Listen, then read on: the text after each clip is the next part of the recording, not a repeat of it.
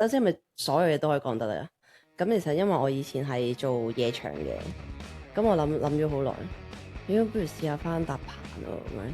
我做呢行我都見到係震撼，假設再起多個太空館嘅話，其實會唔會都係類似咁樣嘅個樣？因為佢呢個山坡度圓形係比較難搭啲，因為本身竹咧，就算佢有韌度嘅，呢個係最難嘅起棚嚟嘅。冇圖俾你睇嘅，喺個師傅個腦入邊，個師傅點樣去溝通呢樣嘢？吊後邊我哋咪好恐怖咯，即係冇嘢揸住。但係咪應該即係要隨住呢個時代去改變咧？即係竹同埋金屬嗰個棚喺成個古仔裏邊，你其實你有咩睇法咧？搭棚呢樣嘢係點樣開始嘅咧？咁其實最開頭即係戲棚嘅雛形啦。咁其實就係喺呢個漢代。咁其實我哋叫棚閣，係啊。咁其實最早有記載咧，就係最早戲棚嘅雛形就係叫棚閣咯。係啊。咁之後咧就係去到呢個宋代係最早有呢個文字記載啦。咁清代咧係戲棚咧係最蓬勃嘅時代啦。咁其實因為佢哋就好多嗰啲神功戲出現咗啦。咁其實再之後咧就係去到其實我哋香港嘅戲棚咧最初嗰啲師傅其實都係由肇慶高腰嗰邊落嚟嘅啲師傅。咁其實點解會做好多戲咧？因為以前好多唔同即係可能唔同中國唔同地方嘅人落嚟香港啦。係啊，咁其實例如盂蘭棚為例啦，咁其實點解會有盂蘭棚？因為可能佢哋即係例如潮州，我哋叫做潮州盂蘭勝會啊。咁其實就係嗰啲潮州人，可能啲即係嗰度啲人離世，即係可能落咗嚟香港做嘢，或者係離世咗。咁佢哋咧就係做一啲神功戲，去到供奉佢哋咯，即係超度佢哋，即係做戲俾佢哋睇咯，即係大約係咁樣。係啊，因為其中一個棚啫，因為其實本身戲棚都有好多唔同種類。即係其實如果話最初期就係叫做我哋一見到嘅戲棚開始係咪？如果咁講噶係嘛？因為其實戲棚都有一年有好多唔同嘅季節啦，咁唔同嘅棚啦，即係好似我哋全港最早嘅棚應該就係大澳土地爺爺誕，咁其實都係一啲唔同嘅唔同嘅嗰啲叫咩節慶啊，係啊，咁好似天后誕、北帝誕嗰啲，係啊，咁啊每一個月份咧都有唔同嘅誕去供奉一啲神明，係啦，類似係咁。咁跟住變咗就即係我哋由嗰個即係戲棚就係嗰個開始啦。咁去到某一個年代咧，就開始用嚟去叫做即係去幫手去起樓咁樣啦。因為其實香港咧係比較多棚嘅種類啊，即係好似由戲棚開始演變到有一啲花牌啦。因為我哋本身竹棚有好多唔同科噶嘛。咁其實最古老就係戲棚，之後就花牌。再有一啲係淘汰咗嘅楊橋啦，楊橋係即係以前嗰啲棺材棚，係啦，咁之後就演變到一啲大，即係一啲比較起高樓嗰啲大棚，即係灰水地盤咁樣，即係再之後就演變到有濕水。OK， 即係楊橋呢樣嘢係香港嗰陣時都有嘅。香港有，因為以前其實點解會有楊橋呢個棚咧？咁有啲人係叫壽橋啦。因為以前咧啲唐樓咧，以前啲先人咧，佢哋係中意擺喺屋企嘅，即係可能佢哋過咗身，佢哋有一段時間會擺喺屋企。咁之後佢哋就會咁佢哋啲樓梯係抬唔到落樓嘛，以前唐樓，咁佢哋就要搭一條斜嘅橋出嚟，咁啊喺個露台嗰度運佢出去咯，係啊。OK，但係已經係淘汰咗。哦，點解會係淘汰咗咧？點解會淘汰咗？因為會有殯儀館嘅出現啊，咁所以佢哋都同埋唔會容許依家啲先人係放喺屋企度，即係可能要擺幾日啊咁樣，係咯，即係可能而家一過身就要係進入殮房之後再排期去火化咁樣。跟住去到即係叫做再現代啲啦，咁去到我之前睇嘅就係去到唔知50年代開始就係即係香港嗰個。即係經濟起飛嘅時候就開始即係起好多樓啦，咁起好多樓就係基本上都係用竹棚去做嗰個架，係咪就係咁？即係去到今時今日，其實都係同嗰個年代係差唔多嗰個做法。其實係大同小異咯，但係我哋而家可能科技進步咗，即係好似以我做開嗰科為例啦，其實我本身做開濕碎嘅，即係因為濕碎本身有包含好多嘅棚啦，咁其實主要係有飛棚係啦。咁其實好似以飛棚為例啦，咁其實以前嘅飛棚咧就冇用狗臂架嘅。我唔知你有冇見過我哋搭嗰啲飛棚咧，我哋會落去打隻狗臂架。即係嗰個係即係喺個棚嘅下邊要放啲，即係其實佢嗰啲唔係竹啦，即係嗰啲真係轉落去，其實係一個鐵架嚟嘅。咁我哋就上面鋪竹咯。咁其實以前咧係冇狗臂架呢樣嘢噶嘛。咁我哋以前咧就係以前啲師傅就係落啲石屎釘槍，將個釘打落嗰埲牆度，之後扭鐵線，扭條竹，即係將條竹紮落條鐵線度，之後再紮個架出嚟咯，即係紮個三角形架出嚟，即係在上面鋪竹咁樣。哦，即係以前即係點講？即係以前就係佢係轉窿咁樣，跟住佢哋係打石屎釘牆，要攞槍牌。哦，OK。係啊，所以其實做法係唔同咯，即係大少少唔同咯，係啊。咁我哋而家科技先進咗，我哋都搭棚搭快咗。以前一個棚要搭好耐。飛棚即係換冷氣換窗嗰啲。啊，其實我呢度咧都之前即係整嗰個水管咧，都試過喺呢度出邊有搭過。係嗰啲就係飛棚濕碎科。OK。係啊，我哋行內人係叫濕碎，即係濕碎碎咁解，即係散手手。即係可能我哋今日而家搭一搭，可能我哋上晝就搭呢度，下晝就走去第二度咁樣，係啦。咁而你係即係你係做開濕碎先嘅，做開濕碎係啊。OK，跟住你又由濕碎就走咗過去做花牌。OK。其實我係周圍學咯，因為唔同科咧，即係好似我哋做開濕碎嘅師傅咧，其實我哋係唔識搭氣棚嘅，係唔識搭嘅真係。係啊，即係其實我哋紮滅嘅方法係一樣，但係我哋啲擺位又唔同咯，同埋即係個結構都會有唔同，即係我哋唔係好知啲先後次序，係啊，即係大同小異嘅，但係氣棚係相對複雜啲嘅，我覺得。即係最複雜都係應該係氣棚啦。最複雜係氣棚，但係其實以前咧，即係以前年代嘅濕碎咧都比較困難啲，因為以前冇狗臂架，所以其實嗰個危險程度會再高啲咯。但係基本上你如果你話換冷氣嗰啲，其實基本上你都要搭棚噶嘛，即係冇得唔搭噶嘛，係嘛？因為香港嘅法例係要求一定要搭棚，係啊，其實佢係有法例，所以係點解國內啲網民，即係可能國內啲人咧唔係好明點解哇香港成日見到嘅留言就係點解香港咁落後啊，仲要搭棚？咁其實因為我哋本身香港嘅條例咧，就係要即係做任何外牆嘅維修啦，即係好似換窗、換冷氣、換水喉咁樣，其實我哋都係要搭棚先可以去做嘅。但係因為我哋香港啲樓咧，咁你都知香港啲樓比較高啊，同埋有陣時可能啲樓樓齡比較耐啲啊，其實埲牆咧係未必承受到全個係用金屬棚去做咯。即係所以外國嘅話就基本上用金屬去做飛棚，係嘛？即係就係咁樣嘅，因為其實同埋外國啲樓又冇咁高，佢咧就落吊船，其實吊船係比較多，我都比較少見凌空嗰啲飛棚。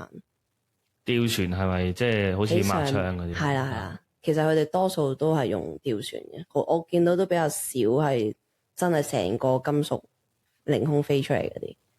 係即係呢個 topic 都幾有趣，因為原先都係諗緊其實嗱，即係香港呢個地方啦，咁鬼多高樓大廈，即係基本上就係全世界最高嘅係最密集同埋最高嘅城市啦，基本上咁，但係基本上係做緊一樣嘢，就係全球已經即係全球都冇可能佢哋都冇思考過呢樣嘢。同埋我想講一樣嘢就係點解冷氣同埋水喉都要搭棚咧？因為其實香港啲樓咧都比較奇怪啲，其實。即係可能你去旅行啦，其實你會見到香港嘅水喉咧係全部都喺出邊嘅，係啊，可能你哋冇留意，但係其實咧喺外國咧通常都係喺入邊嘅，室內做室內喉嘅，係啊。點會咁奇怪嘅香港？因為我都唔知嘅，但係其實咧啲喉喺出邊咧係比較容易維修嘅，因為如果佢可能喺入邊一爆咧，佢間屋就會好大鑊咯，係啊。但係我見到都係香港係少數係啲全部喉會喺出邊咯，同埋我哋香港啲冷氣機嘅擺位咧，都係要過幾個彎先過到，尤其是新嗰啲樓，係啊，咁所以因為佢哋要唔想計落個即係圖則入邊啊，使用面積，所以通常啲位都會起到好遠。未必可能可以好似國內咁樣，即係揈條繩可以去到咁樣咯。即係有好多要轉幾個彎。OK，係啊。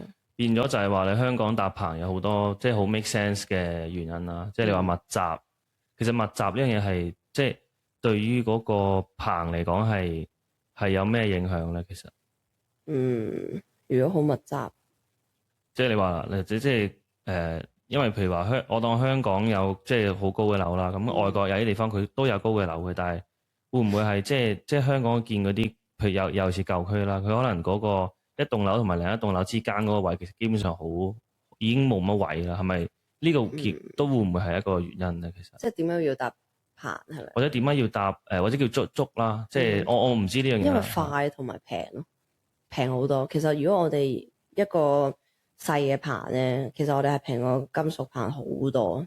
佢哋係真係貴幾倍，尤其是如果佢哋咁重咧，咁佢哋可能鬥個鐵，可能都要一兩個人咁樣鬥出去，但係我哋唔使㗎。同埋我哋啲剪裁好快啊，即係可能我哋每一個位都唔同，我哋一去到就鋸佢咯，咁啊即刻啱晒事嘅，咁啊靈活變通。呢樣嘢係點解啲人中意用竹？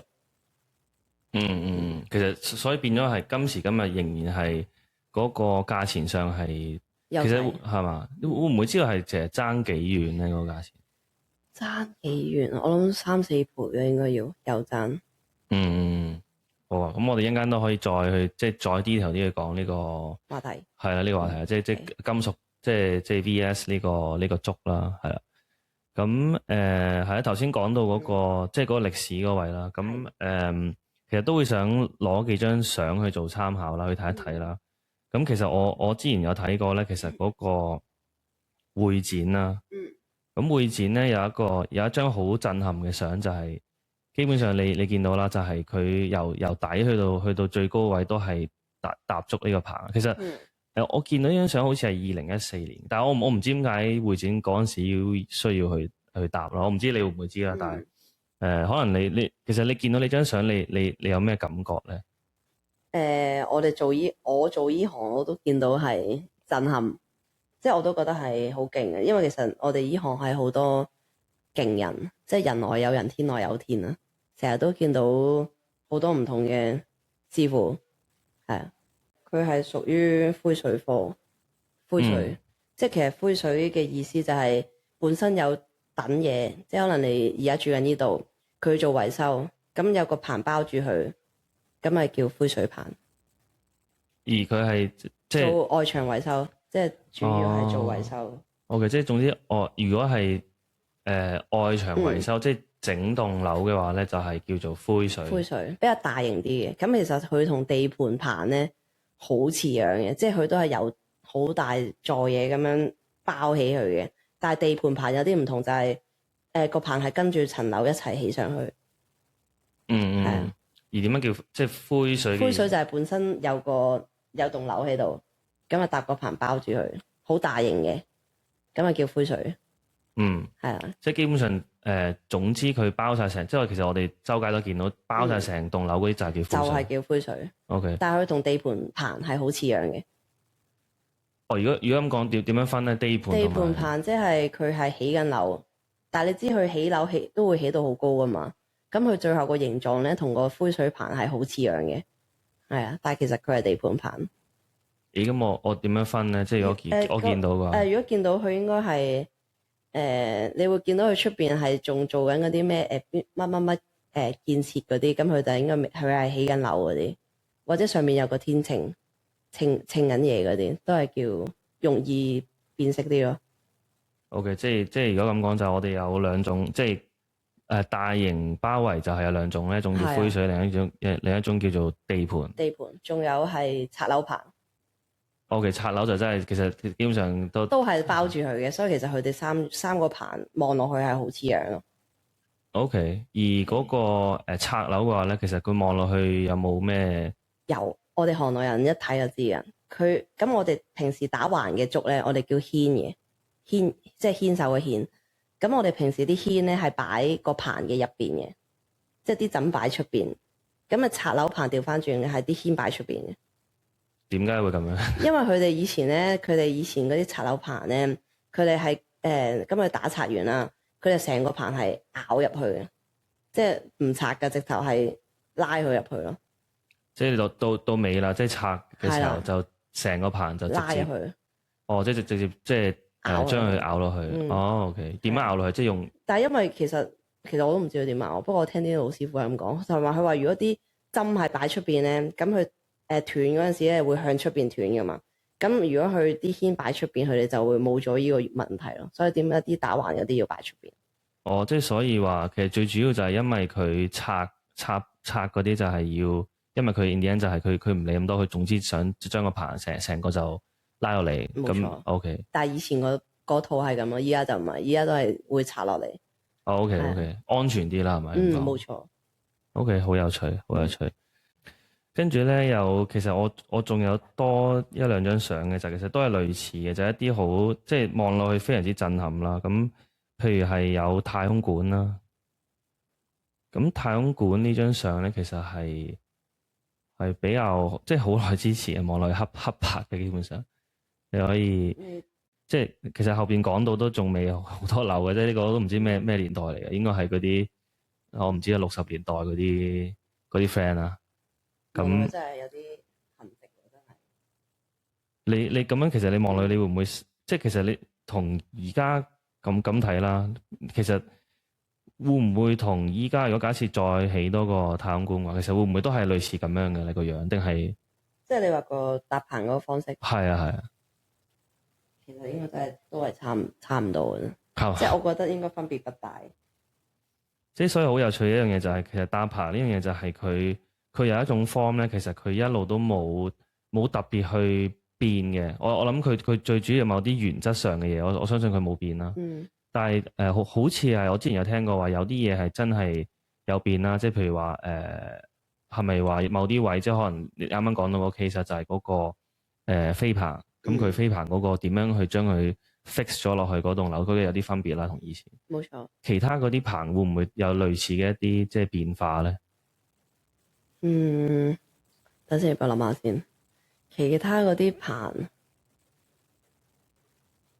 其實都差唔多嘅啫。以前做大棚咧，因為以前做灰水棚咧，都係攞石屎釘槍打我哋。咁我哋個棚會有嘢拉住佢噶嘛，即係我哋會有條威亞咧拉住佢。咁我哋嗰條威亞咧，我哋叫拉紋。係啊，以前就係攞石屎釘槍打，即係打個釘落去抽鐵線。係啊，其實做法都差唔多。係啊，不過我哋冇咗石屎釘槍嗰 part 咯，就改咗轉。OK， 好有趣，所以變咗呢個，我哋望到呢個即係太空館，即係你可能今時今日再搭多次都係咁樣嘅樣。冇錯，好有趣。咁我仲有一個例子嘅，就係海洋公園嗰邊嘅，你可以睇一睇。呢個棚咧，喺我哋行內都幾出名嘅。係啊。佢呢個我唔知佢係呢個應該係咪起嘅時候啊？定係我記得好似做維修啊。OK，係啊，因為我細個其實有坐呢個有玩呢個飛車，係啊，好開心嘅。但係呢個係比較刺激嘅呢個係最刺激嘅，我覺得係因為佢嗰個我記得咧，佢係嗰個安全帶係真係好似坐即係你連嗰啲即係佢就咁放喺條腰嗰度嘅，跟住真係感覺上好似飛出去，即係好似坐巴士嗰條安全帶。以前巴士都冇啦，係啊。所以呢個就係我嗰陣時做維修 ，OK。呢個棚咧，我覺得即係如果淨係搬啲料，我覺得應該都會想死嘅，因為佢喺個山坡度。咁其實我哋即係可能我哋搭棚咧，我哋要搬啲料過去噶嘛。我覺得都係幾大困難嚟嘅，應該係。係，我見到佢，同埋佢係基本上佢其實圓形嗰啲係咪都難搭啲？圓形係比較難搭啲，因為本身竹咧，就算佢有韌度嘅，即係佢可以。即係佢係有一個可以喐到，但係有陣時如果你話要去到咁彎，其實都麻煩啲，即係會比較難搭啲嘅。其實即係佢呢個其實佢有咬佢噶嘛，即係係啊。但係其實呢一個棚咧，佢本身有好多位可以黐得到，即係可能我哋叫黐拉紋啦。咁其實佢黐到，其實都唔算話十分難搭嘅，係啊。但係會麻煩啲，即係我會覺得係麻煩啲去講咯。而呢啲咁嘅棚，你覺得其實你搭出嚟需要幾耐時間咧？其實哇，呢個我諗都要1個月啊，個零2個月咯，我諗應該要。因為佢後邊佢連嗰啲即係後邊嗰啲位都要搭埋噶嘛，反而後邊嗰啲冇咁難嘅，應該最難就係你嗰啲就唔難嘅，我覺得係圓形呢 part 同埋運料嗰 part 係最麻煩咯。嗯，係啊，非常之即係震撼啦望落去。其實我以前即係細個就係玩啦呢個，真冇諗過點樣去即係維修嘅時候要點樣搞。其實我都冇諗過去維修係攞竹棚嘅，但係我記得呢個棚係幾出名嘅喺我哋行內都。其實咧，我好似最近見到即係嗰個你喺啟德嗰個新球場都係上邊都係圓形，即係都係圓噶嘛，都好似都係搭竹噶嘛，好似係嘛？呢個我唔知啊，好似見到係啦，但係係啊，所以幾 interesting 咯，即係圓形嗰啲會唔會係即係其實竹都係有一個即係優勢喺度咧？其實你話搭圓形嗰啲，即係如果搭圓形 form 嘅嗰啲就係咯，竹呢樣嘢。搭一個圓形嘅嘢，如果佢有位可以黐得到，即係拉住個棚咧，咁就唔係一個問題嚟嘅。但係如果佢本身係一個空曠嘅地方咧，搭一個圓形嘅嘢咧，咁就好困難啦。因為啲竹咧，佢可能未紮實嗰陣時，佢會彈開。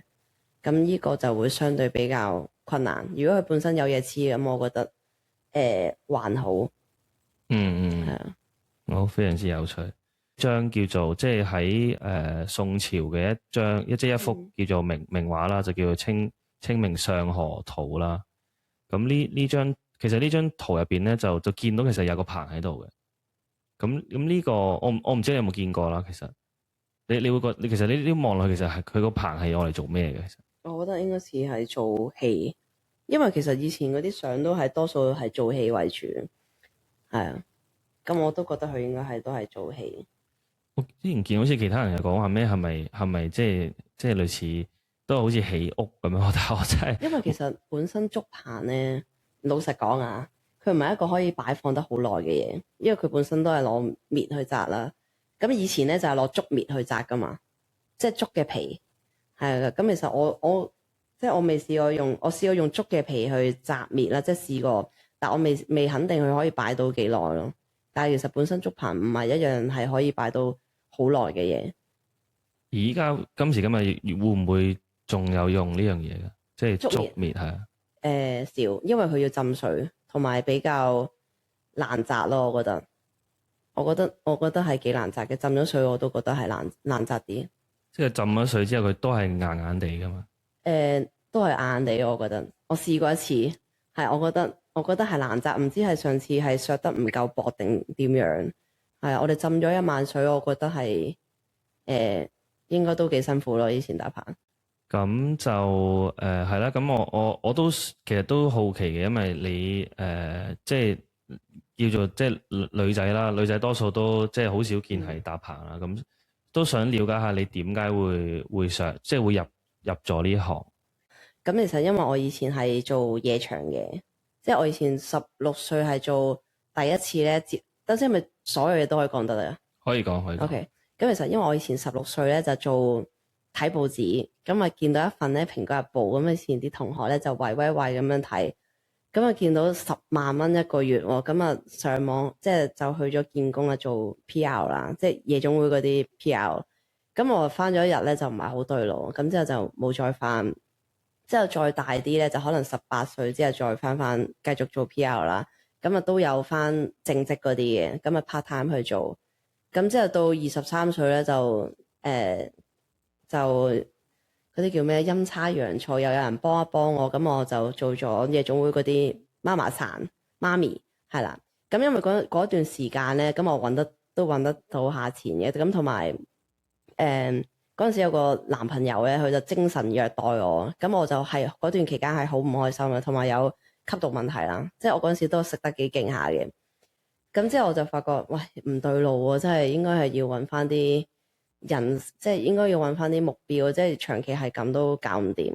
咁我就諗啊，究竟做啲咩好咧？即係又中意又揾到錢，因為嗰時都有爭朋友錢啊嘛。咁我就即係都要還錢啦。咁我要揾到一份工啊，可以啊，即係準時出到糧啊，自己又有興趣。咁我諗咗好耐。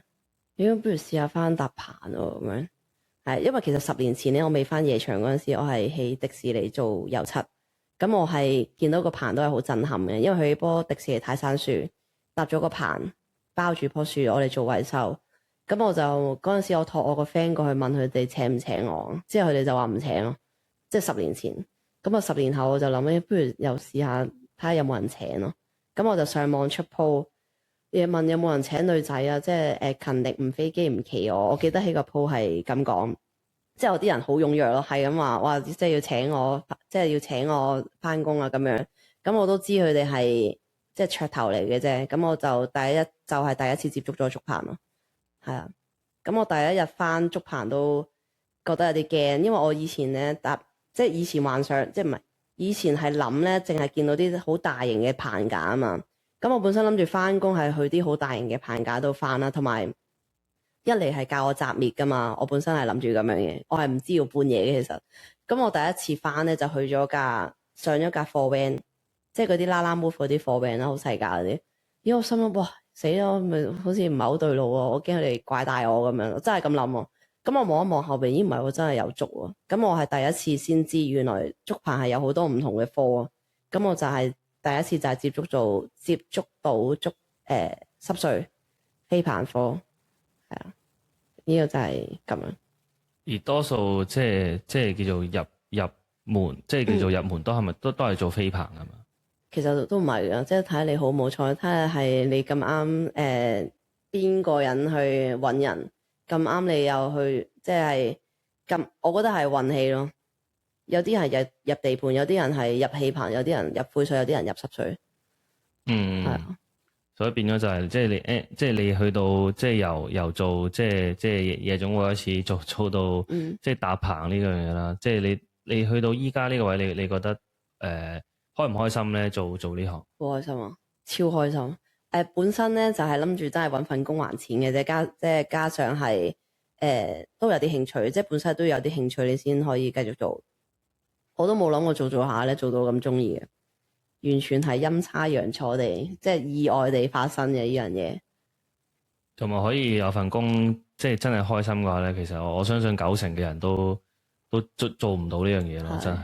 不過其實我覺得搭棚最難頂係真係頭嗰1年咯，係啊，因為好多挫折，即係本身真係男人隊咧，係真係有人同我講，喂，你有冇諗住唔做啊？即係佢係侮辱性咁同你講，即係唔係話即係朋友咁樣同你講，係啊。而呢樣嘢，即係到依家嚟講，你係咪已經叫做 handle 到咧？因為可能大家都識你。依家係冇人夠膽咁同我講，係啊，係啊，因為咁我都齊晒牌啦，即係我呢幾年真係好努力，咁同埋竹棚嘅大工咧，即係嘅師傅牌咧係真係難，即係對我嚟講係難考，同埋對即係佢個合格率係偏低嘅，係啊，咁我本身係白紙入行啦，白紙即係唔識人。即係唔識人入行啦，又唔係讀書入行啦，咁我係白紙入行，咁我又可以自己，我又冇讀過啲咩雞精班就去考大工喎，咁我有 take pass，咁你哋可以即係話我啲咩？咁我依家係夠膽咁講咯，係啊。而所以你依家係叫做係係咪叫做師傅啦？即係我師傅嚟嘅。OK，即係而師傅嗰條路係你行咗即係行咗幾耐咧？其實我上年年頭考嘅，不過我都要謙虛啲講，因為即係竹棚啦，其實真係學海無涯嘅。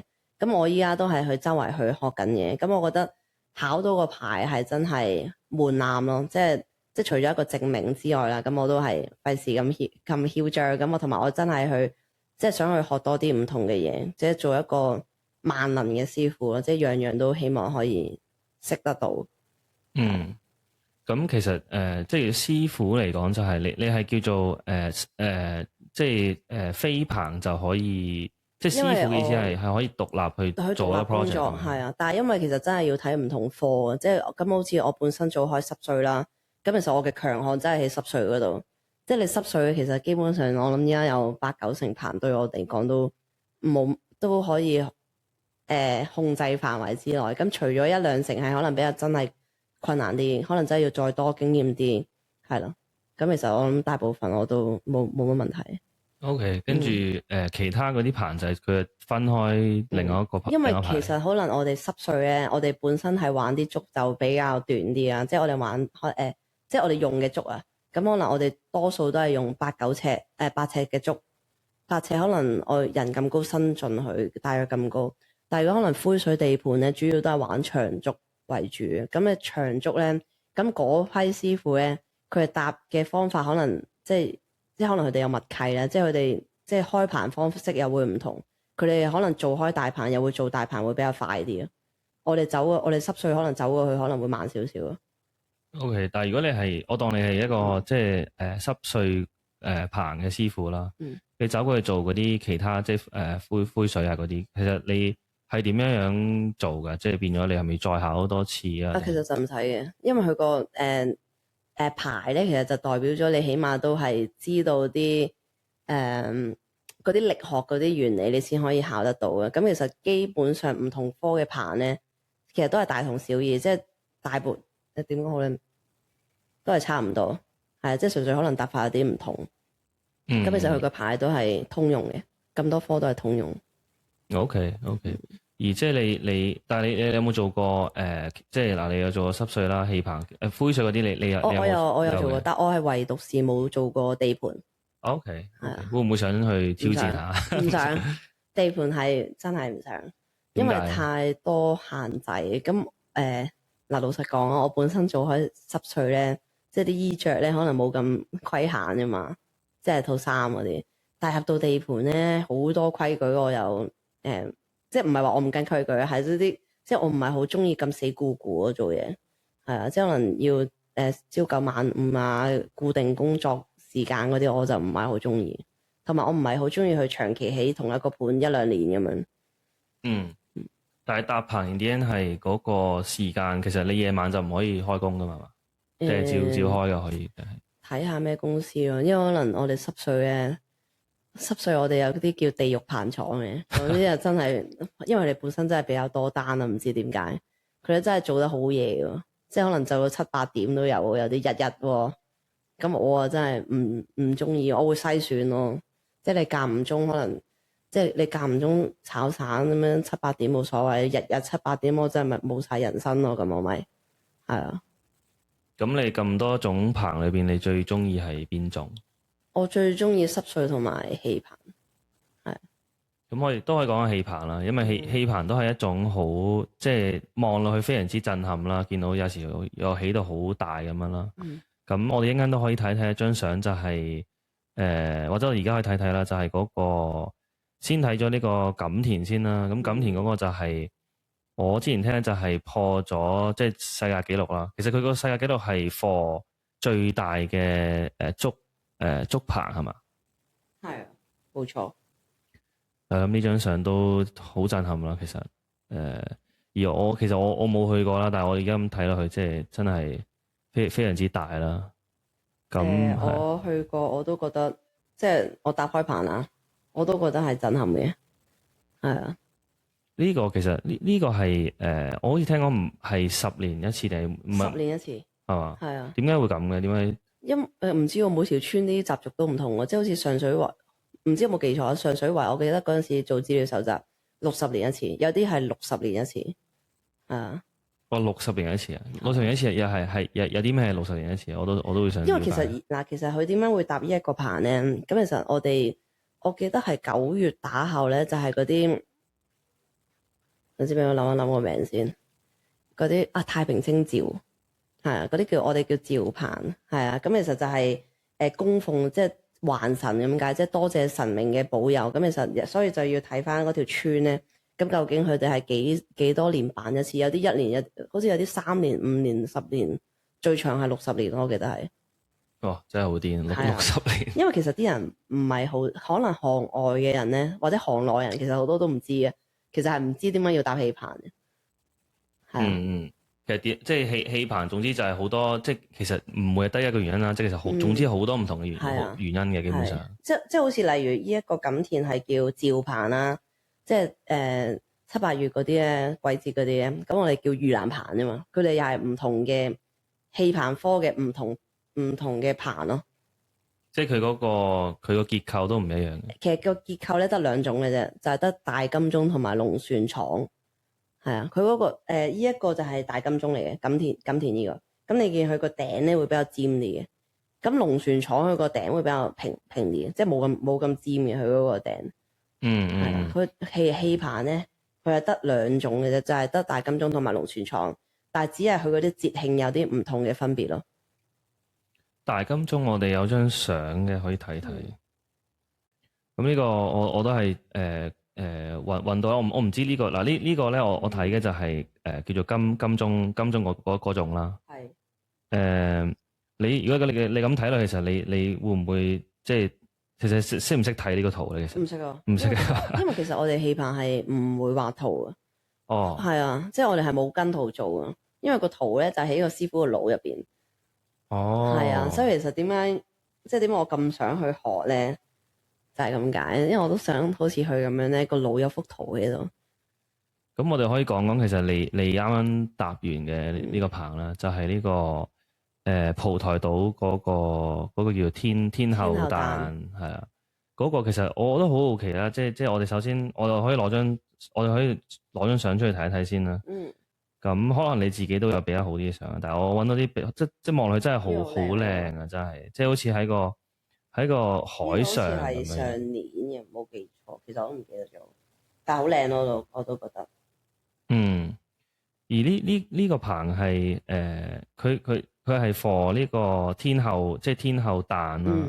而其實我都好好奇就係，因為啱啱講到就係嗰個，我當你由底做起啦，其實嗰個冇圖俾你睇嘅。喺個師傅個腦入邊，冇錯。咁個師傅點去溝通呢樣嘢俾你咧？跟住佢答因為其實佢哋會動調色，因為其實佢開棚嗰陣時，我咁啱唔喺度，我去咗搭搶包山。哦，係啊，因為我係咁啱嗰個期撞咗，咁你包山咧，包山我又好想去學喎，因為未紮過啊嘛，係啊，所以佢起個底嗰陣時，我唔喺度。咁即係其實個底嘅意思係佢個底就係嗰個即係由底起，即係總之好似個地下咁樣係嘛？因為呢一個棚咧喺個懸崖度起啦，咁其實平時嗰啲戲棚咧就喺個舞台後邊嗰個，即係喺舞台後邊嗰度搭翻出嚟嘅。咁唯獨是呢一個棚咧係比較獨特啲，就喺下邊搭翻上去。下邊嘅意思係喺個懸崖最底。哦，即係仲係即係喺個海，真係喺差唔多去到海邊嗰個位。冇錯。嗰度開始搭先嘅。係。哦，即係變咗佢正常嚟講，即係正常戲棚就係冇呢個限制噶嘛，冇呢個即係好似即係要喺懸崖隔離，即係佢。其實正常戲棚咧就係平地嘅，多數都係平地，我諗有90%都係平地。咁平時嘅戲棚咧就係遮咗下邊嗰個底啦，淨係喺後邊呢度搭去前面咯，即係你後邊，然後再喺側邊咁樣搭過去。係啊。而呢個就變咗佢係由下邊先。O.K. 咁跟住其實上邊佢都係要搭翻個地啊，基本上係嘛？係啊。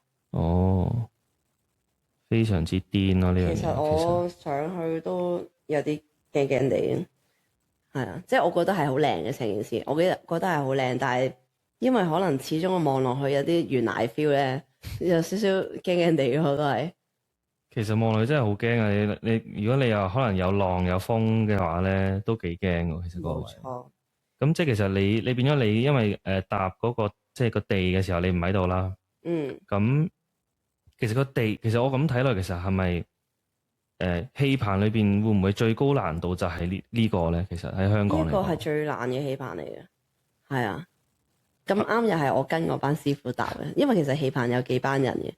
係啊，咁我就係跟李家俊師傅，咁佢都好肯教我咯。即係我每次話我想嚟啊，因為上年錦田嗰個棚，其實同期咧就喺太亨鄉就有一個戲棚細啲嘅，咁我都係跟李家俊師傅搭嘅，咁佢都好肯教。呢一個係我第二個戲棚咯。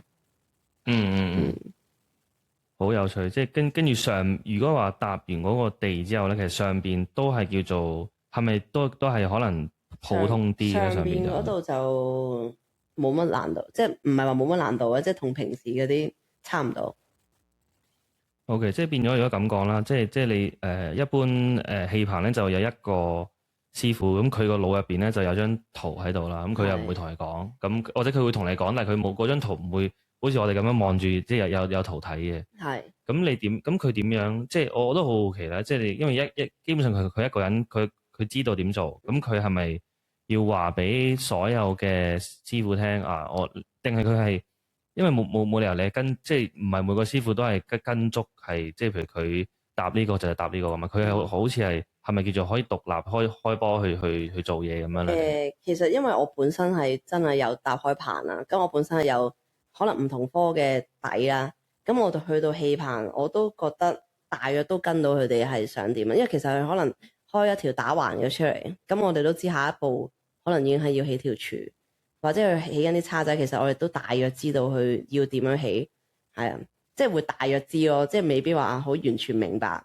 係啊，但係因為其實佢嗰邊都有幾個係做咗好多年，做咗10幾年嘅師傅，咁我其實都大約明佢哋做咩咯，但係未唔可以獨立工作咯。係 OK， 咁其實呢個棚咧，其實你係咪已經喺個腦入邊都即如果你話去到現場咁，你未去到起到咁即係完成嘅時候，其實你已經大概喺個腦入邊都有一個 idea。大約係啊，都唔係好知，即係因為始終佢嗰個結構比較大啊，即係我係未幻想到佢出嚟，就好似我啱啱入行做搭棚嗰陣時，我哋搭啲水喉棚，咁我都成日問佢哋點樣可以諗到個棚係點，咁但係因為我做咗都5年啦，咁其實我而家個腦都已經係有張圖，可能我而家去埋位搭個冷氣機，其實我都知個棚係應該要點樣搭，係啊，但係我而家去氣棚嗰科我就諗唔到咯，而家大約咯。OK， 即係OK， 即係因為冇圖啦，但係我諗緊其實嗰啲大型啲嗰啲即係灰水啊或者地盤嗰啲係咪會有圖噶？灰水其實都冇圖，係得地盤有圖，好似係。OK， 係啊，因為地盤我真係冇做過，但係灰水都好似少有圖，因為大約因為佢個大廈已經係咁樣噶啦嘛，跟住其實個棚都係包住佢，所以其實個變化就唔會話太大。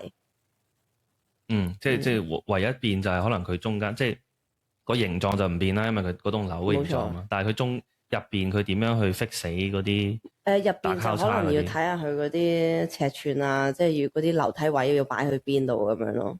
即係其實多數都係咁。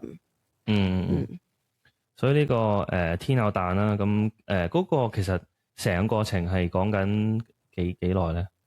我諗哇好快喎，即係比我想象中快，因為我本身諗住呢度係要搭1個月噶嘛，即係以為，點知原來佢10幾日就搞掂咯。10幾日搞掂咗，哇！咁要幾多個人去做咧？呢個差唔多10個人，每係繼續，即係十個人做差唔多3個禮拜咁樣左右。OK， 真係好靚呢個棚，冇錯，真係非常之靚。但係因為佢哋依幾日就入去釘星鐵，因為打風同埋落雨咧，佢哋驚吹爛啲星鐵。咁通常都係做起前幾日先會開始鋪，或者做一個禮拜鋪。OK， 係咯，同埋嗰個位應該都好有機會打風噶嘛，其實。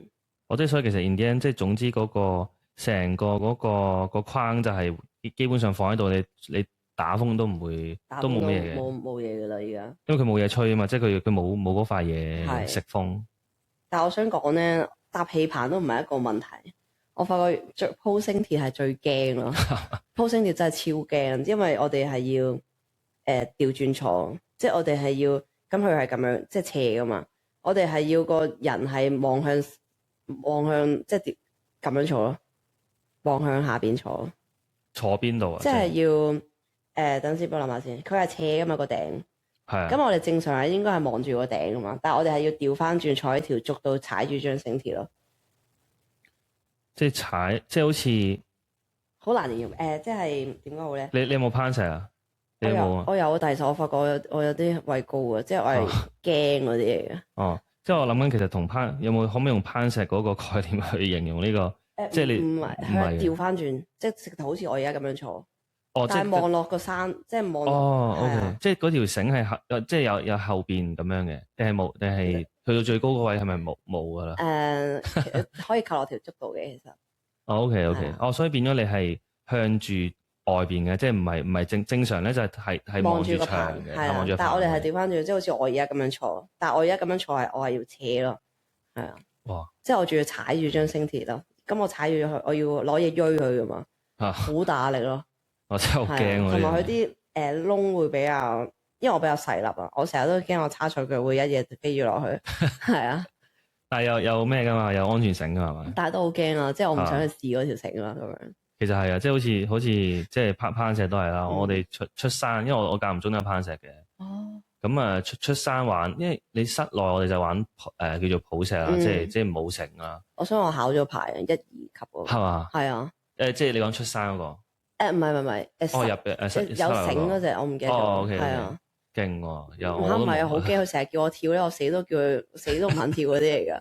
哦，即係你講落嚟嗰下。係啊。係啊，咁我記得我第一次即係出到去嘅時候，即係出山跟人玩嘅時候，即係你哋嗰條繩係你，其實我係捉住條繩嘅，即係我永遠都唔肯放。哦，你都係咁樣。因為我唔係好相信嗰條繩咯，即係其實我都係。你萬一你可能你綁少咗定係咩唔知㗎嘛嚇。但雖然佢因為多數即係帶我哋嗰啲人都係識嘢嘅，即係好似佢有牌或者有咩嘅啊。唔得，我都係驚，我都係掹住條繩嗰啲嚟㗎。好驚啊！即係但係到而家咧，而家你我都係驚我好穩陣嗰啲，我係超級穩陣嗰啲嚟嘅。但係咁如果去到即係你去到飛棚嗰啲，你仲係都係咁穩陣係嘛？係啊。但係因為你冇得即係長期揸住條繩啊嘛，即係你咁又唔會，因為其實咁其實起碼有條繩啊嘛，我安心，我就可以行到好遠咯。係啊。但係因為其實即係有樣嘢想講咧，即係其實我哋做飛棚啦，其實我哋同法例嗰啲係應用唔到嘅，即係其實我都好想去即係話俾大眾聽啦。其實即係好似法例要求我哋要打16mm 嗰條繩啊，咁粗嗰條白色繩咧，其實喺我哋做飛棚咧係冇乜大幫助，因為其實主要啊，即係好似我咁，其實我係用緊嗰啲爬山繩，係啊，因為同埋我哋個扣都係擺前面，但係我哋平時嗰啲安全帶係擺後邊噶嘛。但係我哋有陣時要游繩落去噶嘛，你知啲水喉位好低，係啊。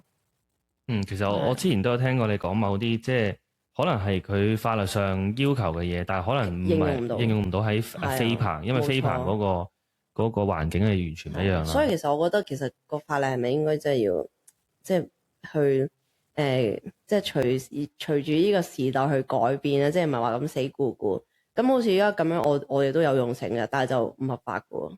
係啊，即係佢而家要求就係嗰條，即係嗰條繩咧係有某一個粗 16mm，其實佢係要獨立救生繩，即係我哋平時地盤用開獨立救生繩，同埋我哋要用嗰個係墮落雞，即係我哋叫墮落雞啦，但係其實嗰個係上扣嚟噶嘛，即係銀色嗰個，其實佢係落唔到去噶嘛，即係如果我一落咧，咁我如果去下邊本身乜嘢都冇，我要落去，其實我係要掹住條繩先可以拉到嗰個嘢，但係我哋其實我哋本身做飛棚咧，我哋都係用攀石嗰個 Grip 咯，係啊，但係其實唔合法噶喎，但係我哋落唔到去噶咁樣，係啊，咁其實咁如果我哋真係跟足條例去用嗰個嘢，咁其實咁變相咗我哋咪唔合法咯，唔係，但係我哋係好危險喎，即係根本上你跟足嘅話，你達唔到嘅，即係你係喐，係啊，我哋係會好危險咯，係啊，即係可能我哋一掹嗰個銀色嗰嚿嘢，我哋就一嘢飛咗落去，因為你知我哋掹住條繩係唔夠力噶嘛，即係你玩攀石知道，其實我哋徒手掹住條繩要拉嗰嚿嘢落去，其實係有啲困難。OK， 咁你會建議，即係如果假設即係去改呢條即係規則啦，你會點樣去改咧？其實因為其實我見到依家係有啲工業用嘅因為其實我依家我都會去死啦，我會去旺角有一間咧係專賣爬山用品嘅。其實佢而家同我講咗話有一隻係工業用嘅 Grip 咯，黑色嘅，係啊，但係我記得佢係真係貨工業用嘅。咁咪樓上嗰間啊？係啊，Chamonix啊嘛，係嘛？5樓我唔知。係咪喺女人街？哦，係啊，係啊，佢係角落位嚟㗎嘛？係角落位行上去㗎嘛？5樓咯，我記得係。係要行。唔係但係佢而家係女人街啦。我嗰次我買對我哋攀石鞋都喺嗰度買。好細嘅啫間鋪。好細嘅，好窄嘅。係啊，係好窄嘅，即基本上嗰啲貨係。有個阿伯。係啊，咁應該係。因為我同佢都幾熟嘅。OK。即係變咗你而家係即係你係要用即係真係買攀石嗰啲架撐。係啊，但係我哋有個憂慮喎，即係如果可能一巡查咁，其實咁變相咗我哋咪瀨嘢。但係如果我哋真係用跟足條例嗰套。喂，咁我哋瀨嘢喎，我哋有危險喎，咁其實點搞咧？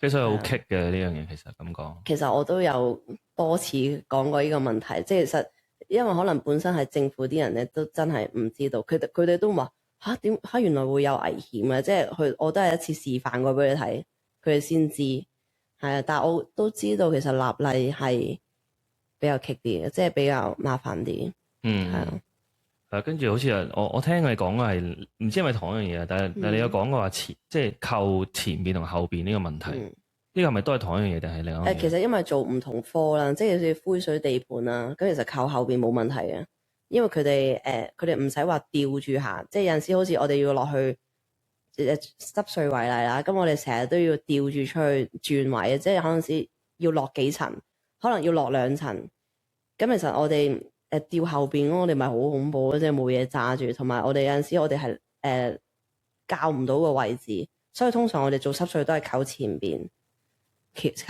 多咯，即係好似攀石咁樣啦，基本上冇錯，完全係一模一樣。哦，即係變咗你就可以即係揸住條繩，係嘛？即係就冇即係冇咁驚咯。同埋嗰個 grip 啊，咁我哋有陣時要拉佢落去噶嘛，即係都好似頭先講啦，我哋有陣時要低1-2層嘅喎，係啊。咁我哋點樣喺後邊咁樣拉落去咯？咁啊好危險啊！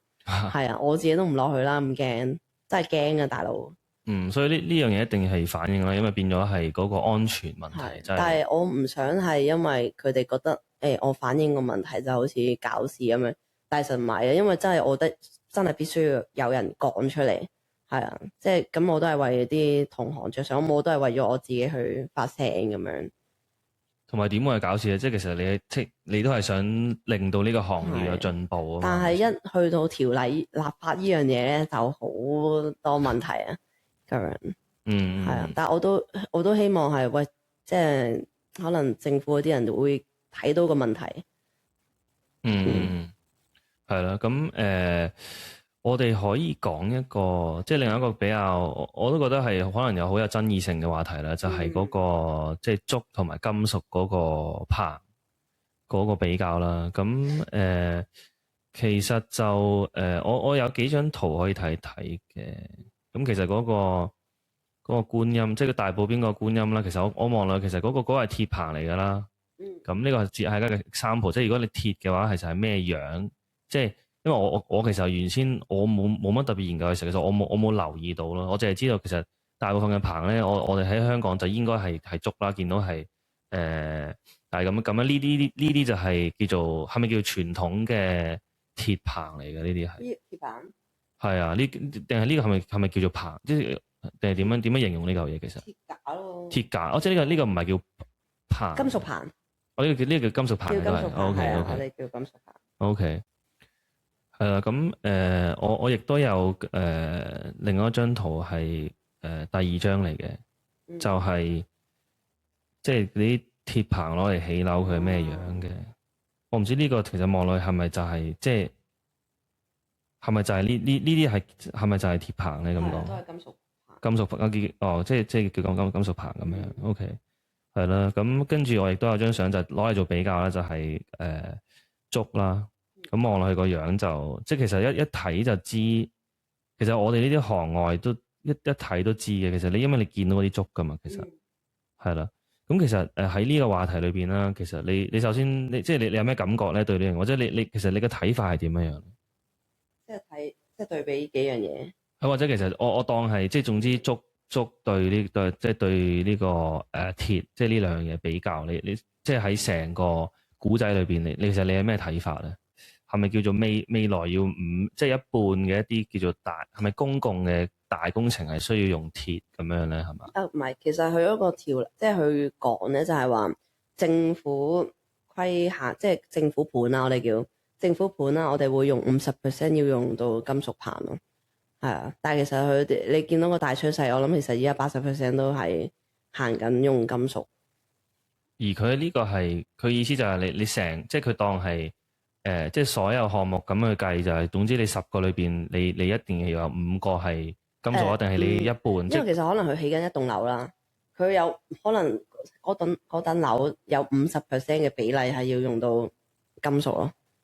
因為我應該係咁理解。OK，係啦。咁就但係變咗就係話呢樣嘢對嗰個即係對成本嚟講都有影響啦。如果咁講，因為你話其實嗰個即係竹同竹平好多啦。即係如果咁講係啊。OK，所以整體嚟講就係話即係好客觀啦，咁就係咁你有啲嘢係竹一定係好啲嘅，你有靈活，即係可能我哋見到嗰啲即係需要有靈活性啊嗰啲嘢，一定係用竹係比較好啦。咁啊，可能大嗰啲就冇，即係可能你話嗰啲地盤嗰啲，你覺得其實用嗰啲叫鋼，即係用鋼金屬啦，係。OK，其實好似係鋼嚟嘅，我都唔係好知嗰啲咩物料。係啊，但係因為你都有牌㗎嘛，係嘛？我有牌啊，但係因為我真係未少做，同埋唔係好中意做金屬棒。點解唔中意做咧？因為真係好重啊，一來同埋冇咁靈活，即係我覺得佢個局限性比較悶啲啊，即係一直一橫咁樣，即係冇乜特別，係啊，同埋悶啊，最主要係悶。即係咪好？即係其實嚟嚟去去都係咁樣砌嗰啲金屬。其實有啲位可能都會難，即係都會有難度嘅。但係即係始終我覺得竹係，我會用好玩去形容咯。即係我覺得係好好玩咯。我覺得搭竹棒係，但係金屬棒我覺得好悶啊！即係翻去就想瞓覺嗰啲，係啊，即係我係冇嗰種動力去，即係話要去深造，要去學嗰啲，完全冇啊，係啊。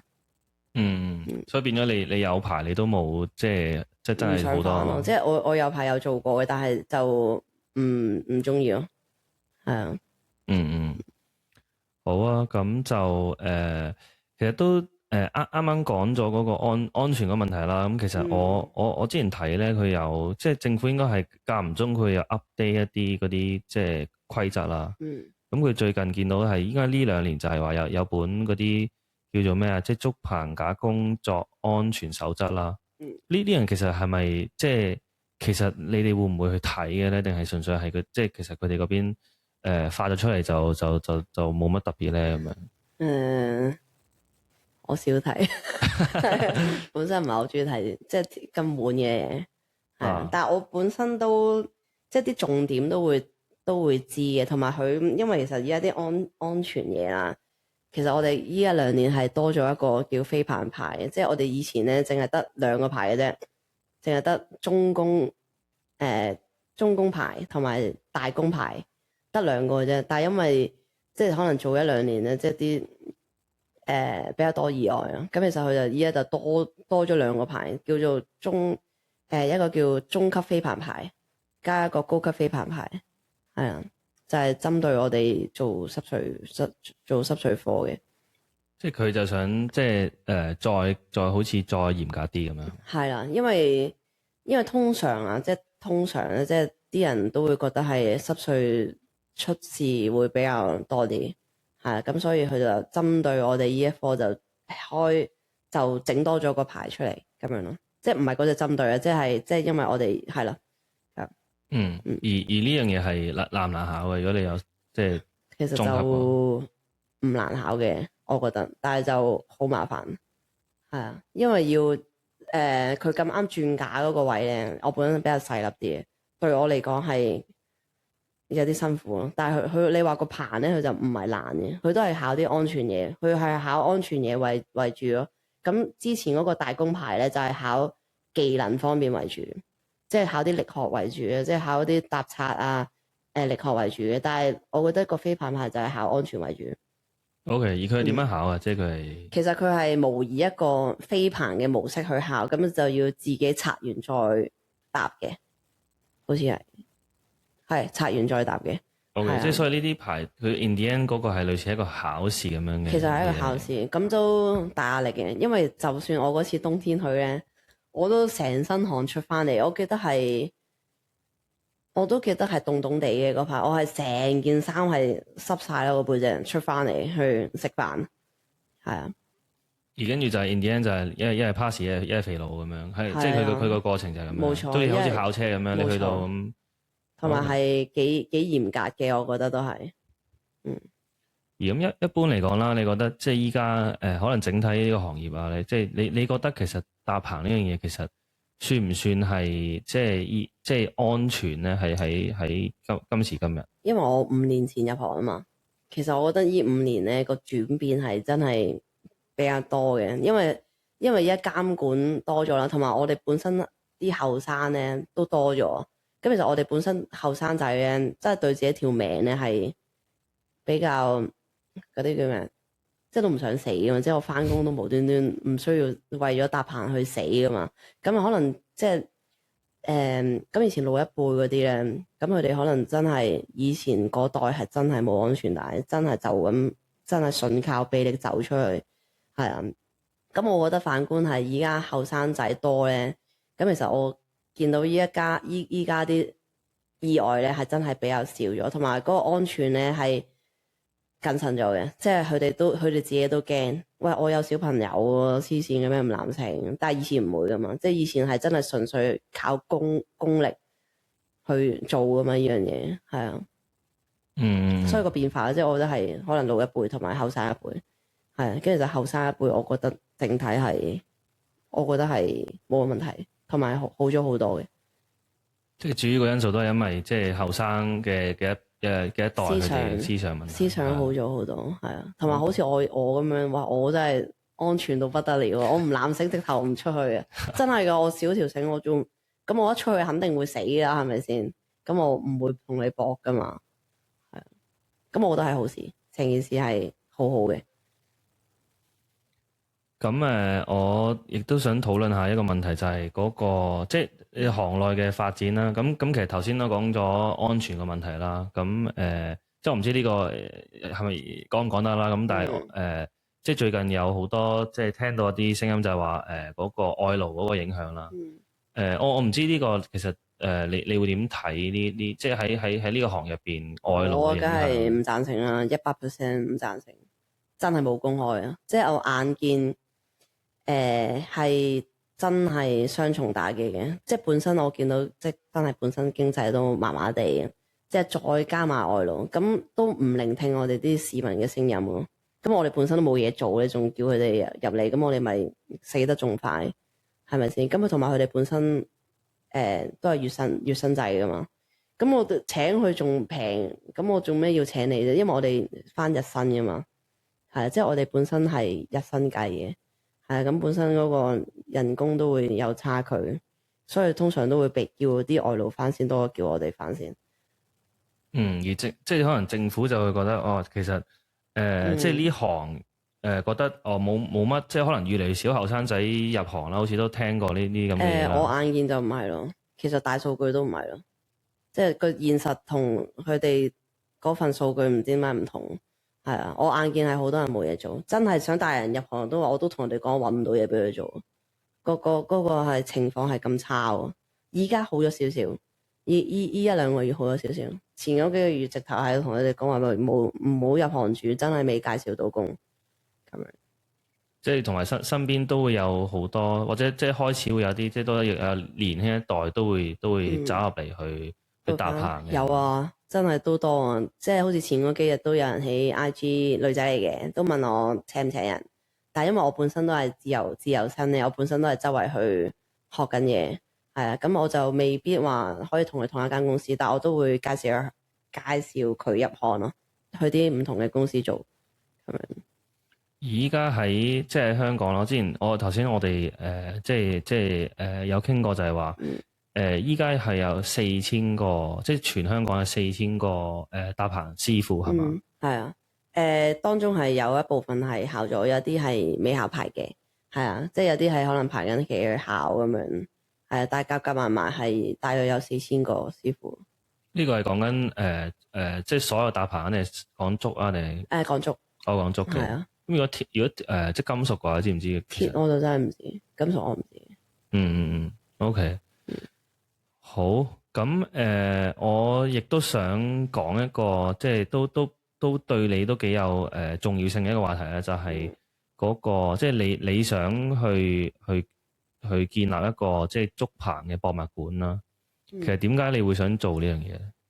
因為就好似我頭先咁講啦，其實本身我係唔知道竹棚係有咁多唔同嘅科嘅，咁我都係入咗呢一行，我先俾佢吸引咗啦。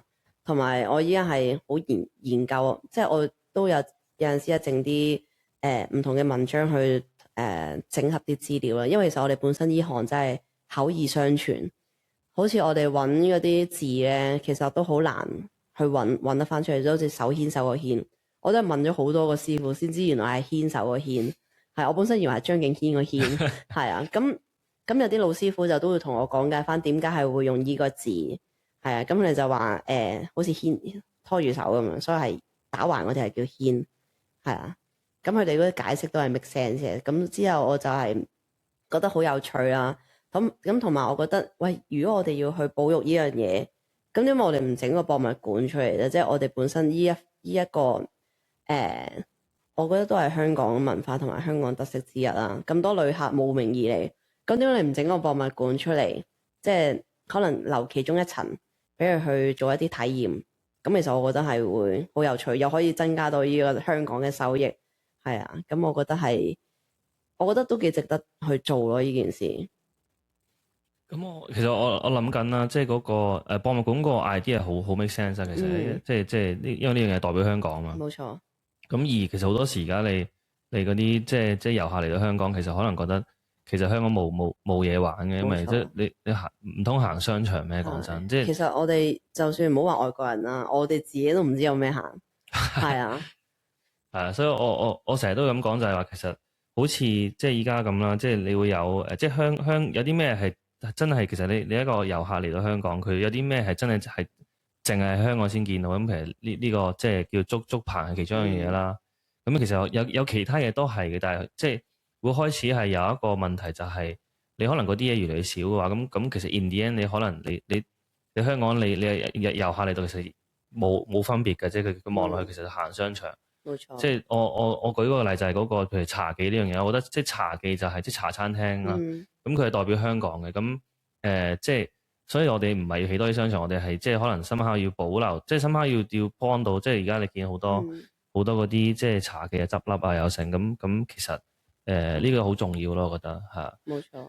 係啦，所以變咗就，但係我另一樣嘢想講就係話，其實依家嗰個，因為你話係有啲即係搭棚呢啲咁嘅技術啦，其實可能冇寫低或者咩，係咪？其實有冇書係有類似係總結咗成？唔係，我覺得有。我本身諗住訂一本嘅，但係因為真係因為我而家有啲影片要整緊啦，同埋加上我本身係有啲拖延症。咁我就有啲懶去整咯。我本身係諗住整本竹棚百科全書出嚟，係啊。所以點解我要走去唔同嘅科去學咧？咁我就係成日，我即係啲師傅都見到我成日攞住本簿係咁寫或者錄音，係啊。咁我都希望可以做到啲整合咯，因為真係口耳相傳咯。佢嗰啲字咧，我哋都問翻佢點解啊，都冇好多都冇人知，係啊。其實書真係非常之重要，因為其實我當。你可能博物館有機會就係佢我唔知點睇，但係博物館有機會係佢可能一兩年會唔會係一個類似短暫性，因為而家好多嗰啲類似 pop up 嗰啲博物館啦。但係書係永遠嘅，即係基本上你電子化咗佢，其實係永遠嘅，即係你50年後、100年後你都可以睇呢本書。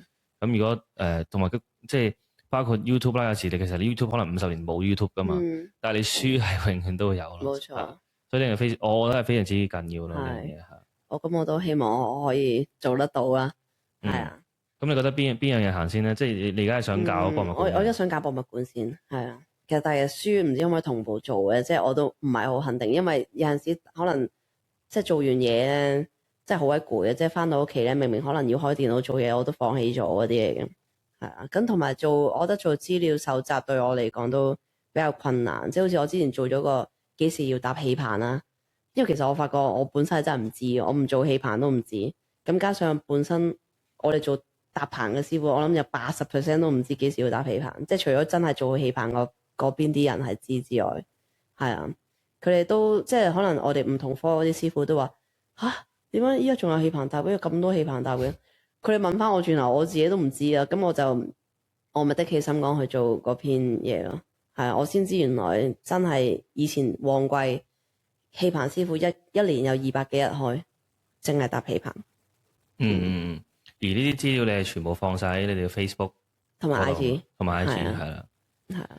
咁嗰個即係博物館啦，我哋幾時可以 expect 可以有呢樣嘢？嗱，其實我覺得咧，即係要起呢個博物館咧，即係淨係靠我係絕對係冇可能嘅，即係比較難做到啲。